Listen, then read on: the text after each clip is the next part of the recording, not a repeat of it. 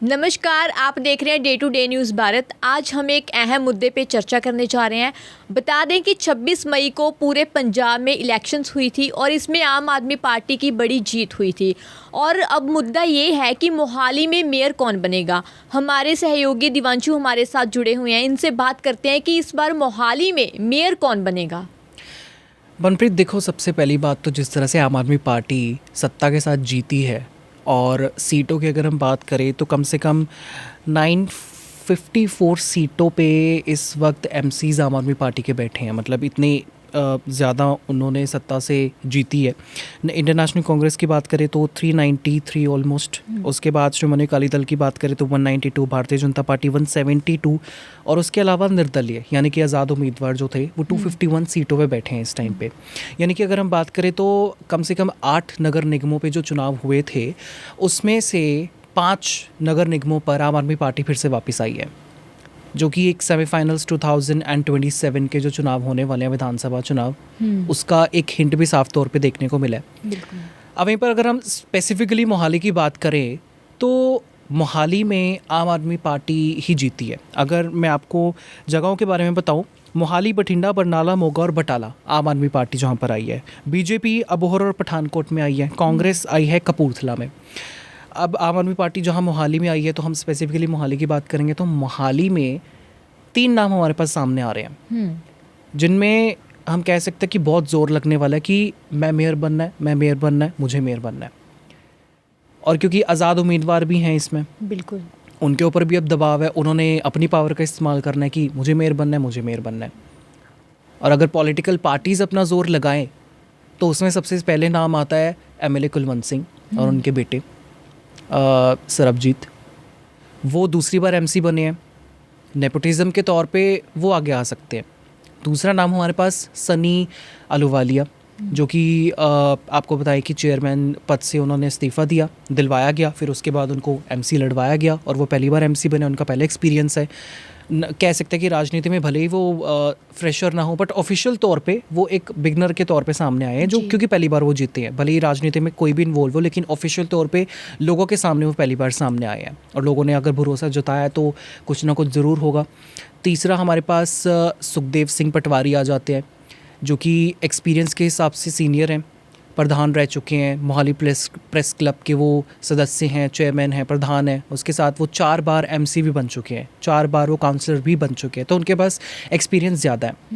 अब क्योंकि मोहाली में आम आदमी पार्टी आई है, तीनों एमसीज आम आदमी पार्टी की हैं, रिश्ते इनके कहीं ना कहीं जुड़ते हैं, लेकिन इनमें भी अब झड़प होने वाली है कि आखिरकार कौन मोहाली का मेयर बनेगा, कौन नहीं बनेगा। अब इसके अंदर 3 और चीज़ें आ जाती हैं। एक तो पुलिस बल का इस्तेमाल करना, जिसके पास पावर ज़्यादा है, पुलिस उसके हाथ में, या फिर पुलिस के बल का इस्तेमाल करके कहीं ना कहीं अपनी एक रुतबा, एक ऑरा दिखाकर जो है वो मेयर बन सकते हैं। क्योंकि पुलिस का होना मेयर के अंडर काफ़ी ज़्यादा इंपॉर्टेंट होता है, क्योंकि मेयर को बहुत सारी चीज़ें, बहुत सारी सिचुएशंस ऐसी हैं संभालनी पड़ती है, जिसके चलते एक तालमेल ज़रूर बैठना ज़रूरी होता है। जिसके पास वो है उसका नाम आगे आ सकता है। दूसरा मैंने आपको बताया था कि जो आज़ाद उम्मीदवार हैं वो अपनी पावर का इस्तेमाल करेंगे। तीसरा मैंने आपको बताया कि जो पॉलिटिकल पार्टी है वो अपनी पावर का इस्तेमाल करके जो उनके क्लोज है उसे जिताने की कोशिश तो की ही है, लेकिन अब मेयर पर उसकी कुर्सी पर बैठने का, और उसके पीछे भी क्या होगा, कितने ऑफ़र होंगे, कितनी पार्टियां कैसे क्या करेंगी, कितने पैसे किसको ऑफ़र होंगे, कोई किसको कहाँ पे बिठाएगा, ये सब चीज़ें भी चलेंगी। अब ये देखना होगा कि इन सब चीज़ों में सबसे पहले कौन आगे आ सकता है, कौन नहीं आगे आ सकता है। लेकिन अगर हम नंबर वाइज बात करें, सीनियरिटी के हिसाब से पटवारी वो आगे आएंगे, क्योंकि वो एमसी 4 बार रह चुके हैं, इस बार भी जीते हैं, आम आदमी पार्टी से बिलोंग करते हैं, उनके पास एक सीनियरिटी और एक एक्सपीरियंस है। फिर हमारे पास सनी अहलूवालिया आ गए जो पहली बार जीते हैं। लेकिन अगर हम ओवरऑल की बात करें, ओवरऑल में हमारे पास एमएलए कुलवंत सिंह और उनके बेटे जो दूसरी बार है, नेपोटिज्म के हिसाब से वो अपने बेटे को आगे लाना चाहेंगे।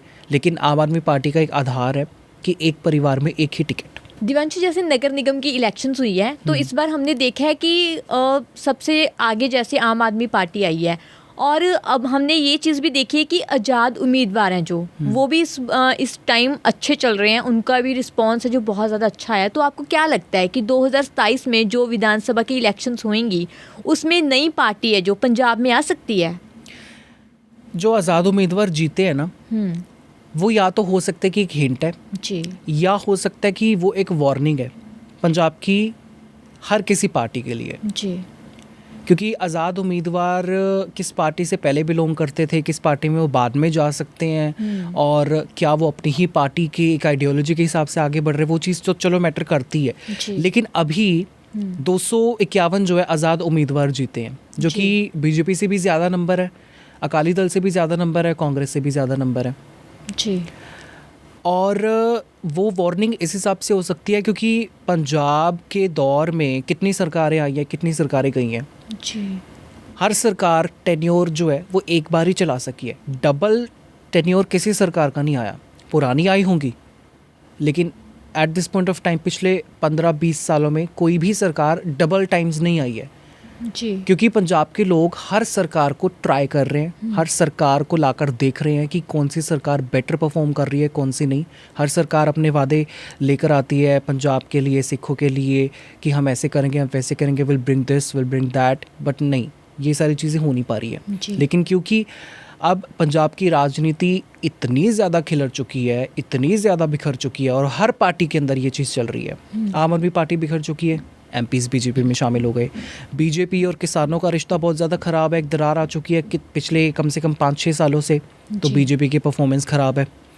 वहीं अगर हम कांग्रेस की बात करें तो कांग्रेस कहते हैं कि कांग्रेस की कंपटीशन में कोई नहीं है, क्योंकि कांग्रेस खुद का ही कंपटीशन है। जी क्योंकि जिस तरह से कांग्रेस के अंदर खिलारा डला हुआ है, एक यूनिटी नहीं है कांग्रेस के सभी नेताओं में, एक दूसरे की लेग पुलिंग करना, एक दूसरे पर इल्ज़ाम लगाना, वो चीज़ें काफ़ी टाइम से चलती आ रही है। जी कांग्रेस खिल रही हुई है, तो इसलिए कांग्रेस का भी कोई चांस कहीं ना कहीं जो है वो सारे चांसेस कम हो रहे हैं। अकाली दल, जैसे पंजाबी में कहते हैं, खेतरी पार्टी है, वो रीजन से जुड़ी हुई है, वो ज़मीन से जुड़ी हुई है, अपनी ज़मीन वापस पाने की वो कोशिश कर रही है। अब अकाली दल उसमें कामयाब होती है नहीं होती है वो तो समय के हिसाब से होगा। जी तो अब बहुत सारी चीज़ें मैटर करती हैं इसमें कि 2027 में कौन सी सरकार आ सकती है, कौन सी नहीं आ सकती है, और किस तरह से क्या परफॉर्म किया जाता है, क्या नहीं किया जाता। कहीं ना लेकिन कहीं अनुमान ये लगाया जा रहा था कि जो बीजेपी सरकार है उसके विनर्स के ज़्यादा चांस थे, क्योंकि बीजेपी को लोग पसंद करते हैं। लेकिन इस बार जो नगर निगम के इलेक्शंस हुए हैं इसमें बीजेपी बहुत ज़्यादा पीछे रही है, क्या रीज़न मानते हैं आप? बीजेपी पीछे रही है, लेकिन बीजेपी ने बहुत बुरा परफॉर्म भी नहीं किया। जी बीजेपी ने ना तो अच्छा परफॉर्म किया है, बीजेपी ने ना तो बहुत बुरा परफॉर्म किया है, जी क्योंकि पंजाबियों की आइडियोलॉजी ऐसी है कि अगर ना तो ना, अगर हाँ तो हाँ। अगर ये चाहिए तो चाहिए सरकार, अगर ये सरकार नहीं चाहिए तो वो सामने भी नहीं आ सकती। किसानों का मुद्दा पंजाब में कितना बड़ा मुद्दा है, बीजेपी और किसानों के रिश्ते कितने ख़राब हैं। अब किसान बीजेपी की तरफ भी टर्न करके नहीं देखते कि बीजेपी कौन सी सरकार है, कैसी सरकार है, कैसी नहीं है। अब किसानों का समर्थन पाने के लिए बीजेपी किसानों के हित में कुछ ऐसे चेहरे लाकर खड़ी कर सकती है जिसका ज़मीन पे बहुत ज़्यादा एक ऑरा बना हुआ है। अब ये हो सकती है चीज़ें कि वो दूसरी सरकारों में से चेहरे उठाकर अपनी पार्टी में इन्वॉल्व करे, जिसकी शुरुआत हो चुकी है। नया प्रधान बनाया, अब नया प्रधान सिर्फ केवल सिंह को क्यों बनाया गया, और भी कितने सारे फेसेस थे। अब इसमें भी रणनीति देखो बीजेपी की, कि केवल सिंह ढिल्लों कांग्रेस में थे, कांग्रेस में उनकी जो एक ऑरा है वो बहुत बड़ा है, उनकी पहचान बहुत बड़ी है। कैप्टन अमरिंदर सिंह के साथ वो बहुत क्लोज माने जाते हैं। कैप्टन अमरिंदर सिंह खुद इस चीज़ से नाराज़ हुए कि मेरे से पूछा ही नहीं है कि केवल सिंह ढिल्लों को प्रधान बनाना है, कैसे करना है, क्या नहीं करना है। अब उनका चलो अलग टॉपिक है, लेकिन अगर हम सिर्फ केवल सिंह ढिल्लों की बात करें तो कांग्रेस में रह के उन्होंने बहुत काम किया। और कुछ ही रिसेंट 5-6 साल पहले वो बीजेपी में शामिल हुए, जब कांग्रेस पंजाब में नहीं थी, कांग्रेस की जगह अब आम आदमी पार्टी आ चुकी थी, कांग्रेस का बिल्कुल ऑरा डाउन हो गया, तो उन्होंने बीजेपी में ज्वाइन कर लिया बाकी सारे मंत्रियों के साथ। तो अब उनको प्रधान इसलिए बनाया जा रहा है क्योंकि कांग्रेस एक ऐसी पार्टी है जो कि नस नस से वाकिफ़ है पंजाब की, हर गांव से, खेतरी लोगों से, गांव के लोगों से एक कांटेक्ट होता है, एक ऑरा होता है, एक परिवार की तरह कांग्रेस पहले पंजाब में थी। और केवल सिंह ढिल्लों भी उसी तरीके से कांग्रेस में इतने ज़्यादा इन्वॉल्व है कि वो डीप तरीके से जानते हैं सबको। तो अब बीजेपी क्या चाहती है कि एक ऐसे चेहरे को सामने लाएं जो कि कांग्रेस में होते हुए सब चीज़ों को डीपली जानते हैं और उसका इस्तेमाल करके वो बीजेपी का नाम आगे लेके आएँ। अब केवल सिंह ढिल्लों इनके लिए वो एक मेन टारगेट है जिसकी चलते अब बीजेपी आगे बढ़ सकती है, और हो सकता है कि बीजेपी और ऐसे पैतरे इस्तेमाल कर सकती है। वही आम आदमी पार्टी की तो बात अलग है ही है, वो तो जड़ से इस वक्त पंजाब के अंदर है ही है। अब उसका पलड़ा ज़्यादा भारी है। एमसीज इलेक्शन में हम एक सेमीफाइनल्स देख चुके हैं। इस हिसाब से तो 2027 की विधानसभा इलेक्शंस हैं वो भी बहुत ज़्यादा इंटरेस्टिंग रह सकती हैं, क्योंकि पंजाबियों की जैसे हम बात कर रहे हैं तो पंजाबियों ने हर एक सरकार को आजमा के देख लिया। तो क्या लगता है कि इस बार कौन सी सरकार आने के ज़्यादा चांसेस हैं, क्योंकि कांग्रेस की सरकार भी पंजाब में रह चुकी है, बीजेपी की भी रह चुकी है, और अगर बात की जाए आम आदमी पार्टी की सरकार वो भी पंजाब में रह चुकी है। तो इस बार की इलेक्शंस आपको नहीं लगता कि बहुत ज़्यादा इंटरेस्टिंग होने वाली हैं? इंटरेस्टिंग बिल्कुल होने वाले हैं। आम आदमी पार्टी पहले नंबर पर हमेशा से है, और मेरे ख्याल से 2027 में भी रह सकती है, क्योंकि आम आदमी पार्टी के साथ कंपटीशन में अगर हम बात करें, ना अकाली दल, ना बीजेपी, ना ही कांग्रेस। कांग्रेस अकाली दल के बीच में कंपटीशन ज़रूर कह सकते हैं, लेकिन आम आदमी पार्टी, पंजाब में कोई नई सरकार आ सकती है। पंजाब में नई सरकार अगर आई तो एडवाइस के तौर पे अगर हम बताएं तो हमारा चैनल और अपने चैनल के माध्यम से लोगों की राय जो हम रखते हैं, वो हम हमेशा ये कहते हैं कि यंगस्टर्स को ज़रूर सामने आना चाहिए जी। यंगस्टर्स को अपने मुद्दे रखने चाहिए, क्योंकि पंजाब में यंगस्टर्स गायब होते जा रहे हैं। वो कोई यूके, कोई कनाडा, कोई अमेरिका जाकर सेटल हो रहे हैं, स्टडी के बेस पे बाहर ही सेटल हो जाते हैं। पंजाब के लिए डेवलपमेंट यंगस्टर्स ही कर सकते हैं।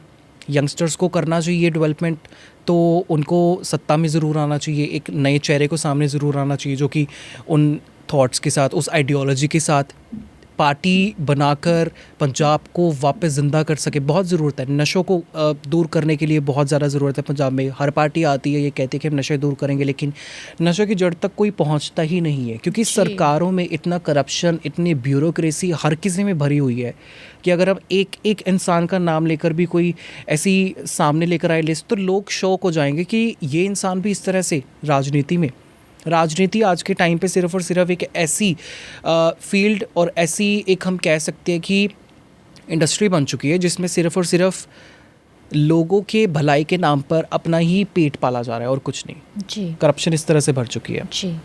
सो आज का मुद्दा बहुत ही ज़्यादा अहम था कि मोहाली में मेयर कौन रहेगा, क्योंकि एमसी के बीच में हम कह सकते हैं कि एक कंपटीशन चल रहा है, और इसमें से ये बात देखने वाली है कि मेयर कौन बनेगा। सो इस विषय पे दिवांशु ने हमें बहुत अच्छी जानकारी दी है कि कौन मेयर है जो मोहाली में इस समय बन सकता है। सो हमें दे आज्ञा, धन्यवाद। यहाँ कंस्ट्रक्शन में हम क्वालिटी से नहीं खेलते हैं, यहाँ पे कंस्ट्रक्शन फील्ड से नहीं प्रिसीजन से हो रही है। तो genesis Heights project RERA approved है, एसबीआई अप्रूव्ड है, कंस्ट्रक्शन फुल स्विंग पे है।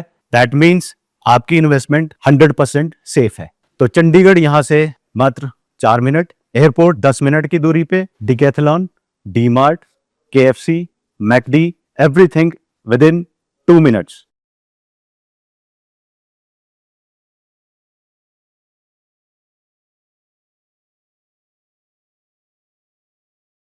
और इस तरह के मुद्दों को लेकर अगर आपकी भी कोई राय हो, आप हमें कमेंट सेक्शन में ज़रूर बता सकते हैं। और हमारी हमेशा ये कोशिश रहती है कि इस तरह के मुद्दे उठाकर हम आप तक एक सटीक जानकारी पहुंचाने की ज़रूर कोशिश करें।